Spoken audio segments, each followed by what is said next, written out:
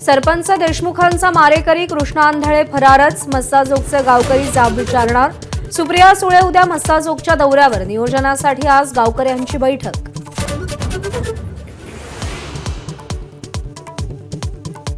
राजीनामा द्यायचा की नाही मुंडेंनी ठरवावं, अजित पवारांचं वक्तव्य। सिंचन घोटाळ्याचे आरोप झाल्यावर राजीनामा दिल्याची आठवण, दादांचं सूचक वक्तव्य।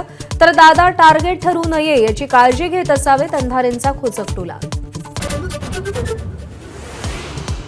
कोर्टाचा निकाल लागला की लगेच महापालिका निवडणुका, कार्यकर्त्यांना सज्ज राहण्याचं महसूल मंत्री चंद्रशेखर बावनकुळेंचे आदेश।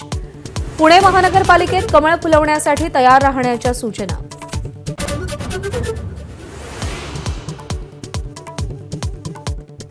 भास्कर जाधव यांच्या व्हॉट्सअप स्टेटसची चर्चा, म्होरक्या जिद्दी आणि धाडसी असेल तर माणसांसह जनावरही विश्वास ठेवतात। स्टेटसमधील म्होरक्या कोण, चर्चांना उधाण। कोकणात ठाकरे गटाला मोठा धक्का, दापोलीचे 5 नगरसेवक स्वतंत्र गट स्थापन करून शिंदेंच्या सेनेला पाठिंबा देणार। कोविडमध्ये ठेवीदारांच्या कोट्यवधींच्या ठेवींवर आरोपीची सावकारी, न्यू इंडिया कोऑपरेटिव्ह बँकेचा मॅनेजर हितेश मेहताची कबुली। इंडियाज गॉट लेटंट प्रकरणी रणवीर अलाहाबादी आणि समय रैनाला महिला आयोगासमोर हजर राहण्याच्या सूचना। आज दुपारी 12 वाजता कार्यालयात उपस्थित राहण्याचे आदेश दिले।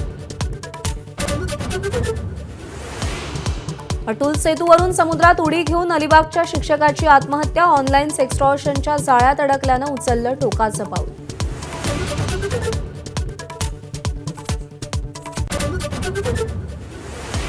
मनमाडमध्ये शिवजयंतीचे झेंडे लावताना दुर्घटना, दोघांचा मृत्यू, 4 जण जखमी। ट्रकच्या धडकेनं झेंड्याच्या क्रेनचा हाय टेन्शन वायरला स्पर्श।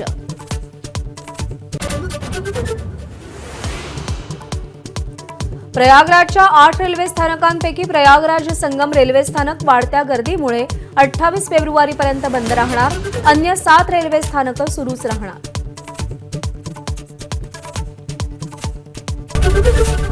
एबीपी माझा, उघडा डोळे बघा नीट।